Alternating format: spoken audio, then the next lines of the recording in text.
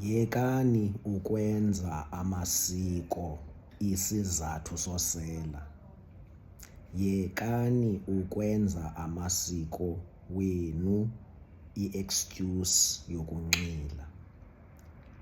Utywala abunandawo buyidlalayo emasikweni esiNtu tu.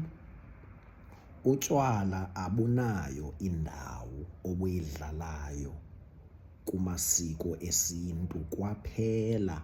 Abunasikhundla, abumelanga nto, abufuziseli nto, abuzikelisi nto. Yindlela nje yozonwabisa. Yekani unika utywala amandla nezikhundla wokuthatha izigqibo ngendlela enenza ngayo amasiko. One more time.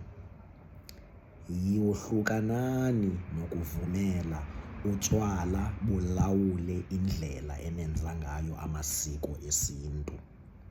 Yohlukanani nokunika utywala izikhundla ezibalulekileyo xa nisenza amasiko. Izinyanya azingomanqila. Izinyanya azingomanqila. Soze izinyanya zakho zikufune utywala xa ziza kubusisa.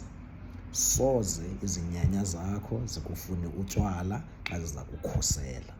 Soze nangeyiphi na imini izinyanya zakho zibe nemiqathango yoba kufuneka uzinike utywala xa ziza kwenzela okulungileyo okanye zikukhanyisele. Ndiyathemba ivakele.